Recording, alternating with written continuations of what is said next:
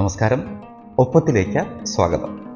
ഒപ്പത്തിൻ്റെ കഴിഞ്ഞ ഭാഗങ്ങളിലൊക്കെ നമ്മൾ ഒരു അതിഥിയെ അവതരിപ്പിക്കുമ്പോൾ ഒരു പ്രത്യേക വിശേഷണത്തോടെ ആയിരിക്കും അദ്ദേഹത്തെ നിങ്ങൾക്ക് പരിചയപ്പെടുത്തുക.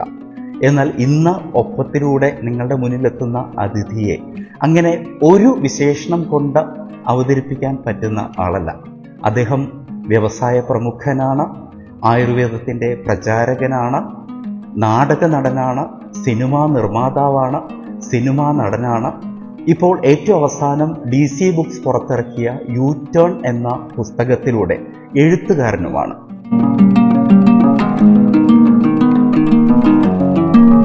ഒപ്പത്തിൽ നിന്ന് നമ്മളോടൊപ്പമുള്ളത് ഡോക്ടർ AV അനൂപാണ്. അനൂപ് സർ, നമസ്കാരം. നമസ്കാരം.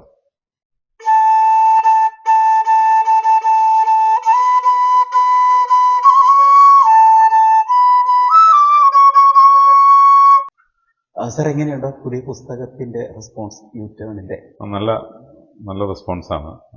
പ്രത്യേകിച്ച് ഫേസ്ബുക്കിലും പലരും വായിച്ചിട്ട് അവർ കമൻസ് എഴുതുന്നതൊക്കെ കാണുമ്പോൾ വളരെ സന്തോഷമുണ്ട്. വാട്സപ്പിൽ കൂടെയും പലരും, പ്രത്യേകിച്ച് കേരളത്തിന് പുറത്തുള്ളവർ, മറുനാട്ടിലുള്ള പലരും അത് വായിച്ച് വളരെ നല്ല അവലോകനമൊക്കെ എഴുതി അയക്കുന്നുണ്ട്. അത് സന്തോഷമുള്ള കാര്യമാണ്. ഞാൻ അത്ര പ്രതീക്ഷിച്ചിരുന്നില്ല.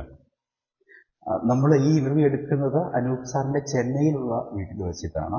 സാർ ഇങ്ങോട്ട് വരുന്നതിന് മുമ്പ് ഞാൻ ട്രിവാൻഡ്രത്ത് DC ബുക്സിൽ എന്ന യു-ടേൺ വായിച്ചിരുന്നു. അപ്പോഴവിടെയും പറഞ്ഞു, ഈ DC ബുക്സിന്റെ ഈ അടുത്ത കാലത്ത് ഇറങ്ങിയ പുസ്തകങ്ങളിൽ one of the best sellers എന്നുള്ള രീതിയിലാണ് യു-ടേണിനെ കുറിച്ച് പറയുന്നത്. സാർ ഇപ്പോഴ് മേളം, മെഡിമിക്സ്, അങ്ങനെ വരുന്ന സഞ്ജീവനം, ഇങ്ങനെയുള്ള ആഗോള ബ്രാൻഡുകളുടെ സാരഥിയാണ്, സിനിമാ നിർമ്മാതാവാണ്, നാടക നടനാണ്, സിനിമാ നടനാണ്. എങ്ങനെ സാധിക്കുന്നു സാർ ഈ ഒരു മൾട്ടി ടാസ്കിങ്? ഇത് ഡെലിഗേഷനാണ്. ഞാൻ എൻ്റെ പുസ്തകത്തിൽ പ്രധാനമായിട്ട് എഴുതിയത് തന്നെ, ഞാൻ പഠിക്കുന്ന കാലത്ത് എനിക്കുണ്ടായൊരു അനുഭവം, ഞാനൊരു ടാക്സി ഓടിക്കാൻ തുടങ്ങുന്നതും അവിടെ നിന്ന് ടാക്സി ബുക്കിംഗ് വരുമ്പോൾ എനിക്കത് കിട്ടണമെങ്കിൽ ഞാൻ വീട്ടിലിരുന്നാലേ, അന്ന് ലാൻഡ് ഫോണേ ഉള്ളൂ. അപ്പോൾ ഞാനൊരു ഡ്രൈവറെ കമ്മീഷൻ വ്യവസ്ഥയിൽ ടാക്സി ഓടിക്കാൻ വെച്ചു. അന്ന് മുതൽ എനിക്ക് 10ഓളം കോളുകൾ വരാൻ തുടങ്ങി, കൂടുതൽ ഓഫേഴ്സ് വരാൻ തുടങ്ങി. അപ്പോൾ ഡെലിഗേഷൻ്റെ പവർ എന്താണെന്ന് അന്ന് ഞാൻ പഠിച്ചതാണ്. അപ്പോൾ ഇന്നും ഞാനത് തുടരുന്നു എന്നുള്ളതാണ്. പിന്നെ സിനിമ, നാടകം എന്നൊക്കെ പറയുന്ന എല്ലാ ദിവസമുള്ള വർക്കല്ലല്ലോ.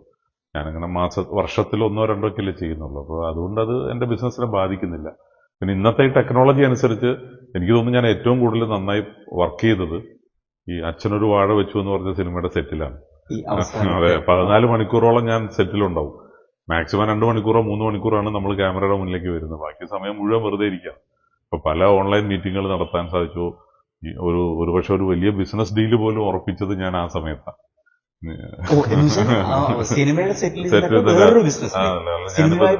അല്ലല്ല, ഞാൻ നീലഗിരീസ് എന്ന് പറഞ്ഞ ബ്രാൻഡ് ഏറ്റെടുക്കാൻ, അപ്പൊ അതിന്റെ ചർച്ചയും കാര്യങ്ങളൊക്കെ ഞാൻ ഓൺലൈൻ മീറ്റിംഗും കാര്യങ്ങളൊക്കെ ആയിട്ടാണ് ചെയ്യാൻ പറ്റും. ആ തീരുമാനം എടുക്കുകയും ചെയ്തു, അഗ്രിമെന്റ് സൈൻ ചെയ്തു. ഇതൊന്നും ഒരു പ്രശ്നമല്ല. ഇന്നത്തെ കാലത്ത് നമുക്ക് മൾട്ടി ടാസ്കിംഗ് ഒരു പ്രശ്നമേ അല്ല. കേരളീയരിൽ ഒരു വിഭാഗം, ഇപ്പോൾ ഡോക്ടർ AV അനൂപ് എന്നുള്ള പേര് കേൾക്കുന്നത് ചിലപ്പോൾ ഒരു മെഡിമിക്സിന്റെ മണത്തോടെ ആയിരിക്കും മനസ്സിൽ ചിലപ്പോൾ വരുന്നത്, അതാവാം. എന്നാൽ ഞാൻ ഉൾപ്പെടെയുള്ള സിനിമാ പ്രവർത്തകർക്കും സിനിമാസ്വാദകർക്കും ഒക്കെ സാറ് സിനിമാ നിർമ്മാതാവാണ്. നമ്മൾക്ക് എല്ലാവർക്കും അറിയുന്ന ഇപ്പോൾ പലേരി മാണിക്യം, ക്രിസ്ത്യൻ ബ്രദേഴ്സ്, അപ്പുവിന്റെ സത്യാന്വേഷണം, ഗോത, എസ്ര, അങ്ങനെ ഒരുപാട് സിനിമകളുടെ നിർമ്മാതാവാണ് സാർ. എന്നാൽ സാറ് അഭിനയിച്ചിട്ടുള്ളത് വളരെ കുറച്ച് സിനിമകളിലാണ്. ഇപ്പോ കടാക്ഷം, അങ്ങനെ ഇപ്പൊ 14 സിനിമകളിൽ അഭിനയിച്ചു. 14 സിനിമയിൽ അഭിനയിച്ചു കഴിഞ്ഞു. സാറ് നിർമ്മിച്ചത് 30ഓളം സിനിമകളില്ലേ? അല്ല, ഞാൻ നിർമ്മിച്ച സിനിമകളിൽ അഭിനയിക്കാൻ കഴിയുന്നത് ഞാൻ ശ്രമിച്ചിട്ടില്ല. ഞാൻ അതാണ് ചോദിക്കാനുണ്ടായിരുന്നത്. അതെന്താ സാർ അങ്ങനെ ചെയ്യാറില്ല? സാറിന് വേണമെങ്കിൽ ഏത് സിനിമയിൽ അഭിനയിക്കാമല്ലോ. അല്ല, അങ്ങനെ ഒരു താല്പര്യത്തോടെ ഞാൻ അങ്ങനെ ചെയ്തിട്ടില്ല. ഒന്നിപ്പോ ഞാൻ 60 വയസ്സൊക്കെ കഴിഞ്ഞതിന് ശേഷമാണ്. എന്നാൽ ഇനി അതെന്താ അങ്ങനെ ഒരു ചോദ്യം? അപ്പൊ അങ്ങനെ ഒരു തീരുമാനം അതിനുശേഷം എടുത്തതാണ്. കുറച്ചൊക്കെ വർഷത്തിൽ 1-2 സിനിമകളിൽ അഭിനയിക്കാം, അഭിനയ സാധ്യതയുള്ള സിനിമകളിൽ അഭിനയിക്കാം. അതിനു മുമ്പ് പലരും ഓഫറൊക്കെ തന്നിട്ടുണ്ടെങ്കിൽ ഞാൻ അങ്ങനെ അഭിനയിച്ചിട്ടില്ല. എന്നിട്ടും 14 സിനിമ ആയി എന്നുള്ളതാണ് അതിന്റെ. ബിസിനസ് മേഖലയിലേക്ക് വരുന്ന ചെറുപ്പക്കാരുണ്ടാവുമല്ലോ, അപ്പോൾ എപ്പോഴും നമ്മൾ അവർക്ക് കൊടുക്കാനുള്ള ഉപദേശം എന്നുള്ളതായിരിക്കും ആദ്യം വരുന്ന ചോദ്യം. അത് നമുക്ക് ഒഴിവാക്കിയിട്ട് സാറിനെ ഇത്രയും വർഷത്തെ ഈ പ്രവൃത്തി പരിചയം സാറിന് എന്ത് പാഠമാണ് സാറിന് നൽകിയത് എന്ന് ഷെയർ ചെയ്താൽ അത് അവർക്കൊരു അഡ്വൈസും ആയി മാറുമെന്ന് തോന്നുന്നു. അതിൽ ഏറ്റവും നല്ല മാർഗം ഈ യു ടേൺ എന്നുള്ള പുസ്തകം വായിക്കുക എന്നുള്ളതാണ്. കാരണം ഒരു ചെറിയ ഇന്റർവ്യൂവിൽ നമുക്ക് പറയാൻ പറ്റുന്ന കാര്യങ്ങളല്ല, കുറേ അനുഭവങ്ങൾ എനിക്കുണ്ട്. അപ്പൊ ആ അനുഭവങ്ങൾ നമുക്ക് വരാതിരിക്കണമെങ്കിൽ അതിൽ പ്രധാനമായിട്ട് ഞാൻ എഴുതിയത് അതാണ്. ഒന്ന്, ഈ നമ്മളിപ്പോ ignorance of law is not an excuse പറഞ്ഞു. അന്ന് ഒക്കെ പലപ്പോഴും ഗവൺമെന്റ് നോട്ടിഫിക്കേഷൻസും വരുന്നതും പുതിയ പുതിയ റൂൾസും വരുന്നതൊന്നും നമ്മൾ അറിഞ്ഞില്ലെങ്കിൽ അത് വലിയ അപകടമാണ്. അപ്പോൾ ബിസിനസ്സുകാർക്ക് എപ്പോഴും അത് മനസ്സിലുണ്ടാവണം. ഗവൺമെന്റ് നിയമങ്ങൾ മാറുന്നത് നമ്മൾ പഠിക്കണം. അപ്പോൾ അതിനുള്ള എന്തെങ്കിലും ഒരു സംവിധാനം ഉണ്ടാവണം. അതാണ് ഏറ്റവും പ്രധാനമായിട്ടുള്ളത്. പിന്നെ നമ്മൾ മറ്റുള്ളവർ പറയുന്നത് കേൾക്കാൻ തയ്യാറാവണം. മറ്റുള്ളവരുടെ കഴിവുകൾ ഉപയോഗപ്പെടുത്താൻ സാധിക്കണം. നമ്മൾ തന്നെയാണ് എല്ലാം അറിവുള്ള ആളെന്നുള്ള ചിന്ത ആദ്യം മാറ്റണം. കാരണം എങ്കിൽ നമ്മുടെ കഴിവിനുള്ളിലേ നമ്മൾ വളരുള്ളൂ. മറ്റുള്ളവരുടെ കഴിവുകൾ ഉപയോഗപ്പെടുത്തി നമ്മൾ വളരുക എന്നുള്ളതാണ് ശരിയായ ഒരു ബിസിനസ്സുകാരന് ചെയ്യാവുന്ന ഏറ്റവും നല്ല കാര്യം. എനിക്കൊന്നും അത് അണ്ടർലൈൻ ചെയ്ത് പറയേണ്ട കാര്യമാണ് തോന്നുന്നു അല്ലേ? മറ്റുള്ളവരുടെ കഴിവുകൾ ഉപയോഗപ്പെടുത്തുക, എങ്കിൽ നമ്മൾ വളരും. Okay, great. പിന്നെ എനിക്ക് തോന്നുന്നു നിങ്ങളുടെ പലർക്കും അറിയാത്ത ഒരു കാര്യമായിരിക്കും, ഇത്രയും വലിയ ഒരു ബിസിനസ് പ്രമുഖനും ഒക്കെ ആയിട്ടും സാറിന്റെ ചില സ്വകാര്യമായ ചില സന്തോഷങ്ങളുണ്ട്. കാരണം അതിൽ പലതും എൻ്റെ 2 സിനിമകൾ പ്രൊഡ്യൂസ് ചെയ്തിട്ടുള്ള ആൾ കൂടിയാണ് അനൂപ് സാറ്. സാറിൽ നിന്നാണ് ഞാൻ ഈ ഫ്ലൂട്ട് പഠിക്കാനുള്ള ഒരു ആഗ്രഹം എൻ്റെ മനസ്സിലേക്ക് ഉണ്ടായതും ഞാൻ ഈ ലോക്ക്ഡൗൺ സമയത്ത് അതിനുവേണ്ടി സമയം മാറ്റിവെക്കുകയൊക്കെ ചെയ്തത്. സാറിന് എങ്ങനെ സാധിക്കുന്നു ഇത്രയും വലിയ തിരക്കിനിടയിൽ? ഇപ്പൊ ഞാനൊന്നും അത്ര തിരക്കുള്ള മനുഷ്യനൊന്നുമല്ല. സാർ ഇത്രയും വലിയ കാര്യങ്ങൾ ചെയ്യുന്നതിനിടയിൽ സാർ എങ്ങനെ ഇത്ര ഡെഡിക്കേഷനോടെ ഈ ഫ്ലൂട്ട് വായനയും അതിന്റെ പഠനവും അതെങ്ങനെ അതിനെങ്ങനെ സാർ സമയം? ഇതൊക്കെ തന്നെ അതന്നെ, നമുക്ക് സമയമില്ല എന്ന് ആരെങ്കിലും പറഞ്ഞാൽ ഞാനത് അംഗീകരിക്കില്ല. 24 മണിക്കൂർ നമുക്കുണ്ടല്ലോ, 8 മണിക്കൂറേ നമ്മൾ ജോലി ചെയ്യുന്നുള്ളൂ. ശരിക്കൊരു ബിസിനസ്സുകാരനായാലും ഒരു ഉദ്യോഗസ്ഥനായാലും അത്രയ്ക്കുള്ള ആവശ്യമുള്ളൂ എന്നുള്ളതാണ്. ഞാൻ നേരത്തെ പറഞ്ഞ മാതിരി മറ്റുള്ളവരുടെ കഴിവുകൾ ഉപയോഗപ്പെടുത്താൻ വേണ്ടി നമ്മൾ തീരുമാനിച്ചു കഴിഞ്ഞാൽ ഒരു റോ മെറ്റീരിയൽ സെലക്ട് ചെയ്യാനോ അല്ലെങ്കിൽ ഒരു വെണ്ടറോട് സംസാരിക്കണമെന്ന് നമ്മൾ തന്നെ സംസാരിക്കണമെന്നില്ല. അതിൻ്റെ ഒരു അപ്രൂവലല്ലേ നമ്മൾ കൊടുക്കേണ്ട ആവശ്യമുള്ളൂ. ഒന്നത്. പിന്നെ നമ്മുടെ ജീവിതത്തിൽ എപ്പോഴും എന്തെങ്കിലും ഒന്ന് പുതിയതായിട്ട് പഠിക്കുക എന്നൊരു തീരുമാനം എടുക്കുക, എന്തെങ്കിലും ഒന്ന് പഠിച്ചുകൊണ്ടിരിക്കുക. അപ്പോൾ അങ്ങനെ എടുത്ത തീരുമാനത്തിന്റെ ഭാഗമായിട്ടാണ് ഞാൻ ഫ്ലൂട്ട് പഠിക്കാൻ തീരുമാനിച്ചത്.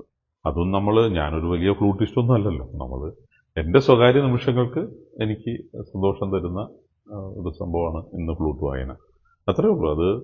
അതുപോലെ ഇപ്പം ഞാൻ ക്ലബ്ബിൽ പോകുന്നില്ല, അമ്പലം അങ്ങനെയുള്ള സ്ഥലങ്ങളിലും പോകുന്നത് വളരെ കുറവാണ്. അപ്പം നമ്മൾ അമ്പലത്തിൽ പോയിട്ട് ഒരു പ്രാർത്ഥന ചൊല്ലുന്ന മാതിരിയോ അല്ലെങ്കിൽ പൂജാമുറിയിൽ ഇരുന്ന് ചൊല്ലുന്നതോ ഇതെല്ലാം ഫ്ലൂട്ടിലൂടെയും നമുക്ക് ചെയ്യാവുന്നതാണ്. ആ ചാൻഡിങ് അതിൽ നടക്കുകയാണ്. അതോടൊപ്പം തന്നെ മെഡിറ്റേഷനാണ്, ബ്രീത്തിങ് എക്സസൈസ് ആണ്, എല്ലാം മൾട്ടിപ്പിൾ ആയിട്ട് നമുക്ക് കിട്ടുന്ന ഒരു കാര്യമാണ്. അപ്പോൾ അതുകൊണ്ട് വളരെ ഗുണം എനിക്ക് കിട്ടിയിട്ടുണ്ട്. ഇപ്പോൾ കൊറോണ സമയത്ത് തന്നെ ഉണ്ടായ ഒരു അനുഭവം ഞാൻ ഓർക്കുകയാണ്. എനിക്ക് കൊറോണ വന്നിട്ട് വീട്ടിൽ മുറിയിൽ ഒറ്റപ്പെട്ടിരുന്ന സമയത്ത് പല ഡോക്ടർമാരും എന്നെ വിളിച്ചിട്ട് പറഞ്ഞു, ചെസ്റ്റ് എക്സ്റേ എടുക്കണം, ലങ്സിനെ ബാധിച്ചിട്ടുണ്ടെങ്കിൽ അത് അപകടമാണ്, അപ്പോൾ അതുകൊണ്ട് എന്തായാലും എടുക്കണം. അപ്പോൾ ഞാൻ ഒറ്റയ്ക്ക് റൂമിലിരിക്കുമ്പോൾ ഞാൻ പുറത്തിറങ്ങുകയാണെങ്കിൽ അത് മറ്റുള്ളവരെ ബാധിക്കും. എന്നെ കൊണ്ടുപോകാൻ ഒരു ഡ്രൈവറെ വിളിക്കണം, അപ്പോൾ അയാൾക്കത് പകരും. അപ്പോൾ അതാലോചിച്ചിട്ട് എനിക്കൊരു മടിയായിരുന്നു. പക്ഷേ എൻ്റെ വളരെ വേണ്ടപ്പെട്ട ചില ഡോക്ടർമാർ വളരെ കർശനമായിട്ട് പറഞ്ഞു, എന്തായാലും ഇന്ന് എക്സ്റേ എടുത്തേ പറ്റൂ. അപ്പോൾ എനിക്കൊരു ഉപാധി തോന്നി. ഞാൻ കുറച്ച് ബുദ്ധിമുട്ടുള്ള 2 പാട്ട് ഫ്ലൂട്ടിൽ വായിച്ച് ഞാൻ വീഡിയോ ആയിട്ട് റെക്കോർഡ് ചെയ്തിട്ട് ഞാൻ അത് ഡോക്ടർക്ക് അയച്ചു കൊടുത്തു. ലങ്സിന് ഇൻഫെക്ഷൻ ഉള്ള ഒരാൾക്ക് ഇങ്ങനെ വായിക്കാൻ പറ്റും ഇല്ല, റൂൾഡ് ഔട്ട്, ഇനി നോ പ്രോബ്ലം എന്ന് പറഞ്ഞ ഉടനെ മറുപടി. അത് ഏതാ പാട്ടൊന്നും എനിക്ക് ഓർമ്മയില്ല. പക്ഷെ എന്തായാലും അനൂപ് സാറിന്റെ ഒരുപാട് ഇന്റർവ്യൂസും സാർ സംസാരിക്കുന്നതൊക്കെ ഒരുപാട് നിങ്ങൾ കേട്ടിട്ടുണ്ടാവും. പക്ഷെ സാറ് ഫ്ലൂട്ട് വായിക്കുന്നത് അധികം കേട്ടിട്ടുണ്ടാവില്ല. ഇന്നത്തെ ഒപ്പം അനൂപ് സാർ ഫ്ലൂട്ട് വായിക്കുന്നത് നിങ്ങൾക്കായി അവതരിപ്പിച്ചുകൊണ്ട് അവസാനിപ്പിക്കാം.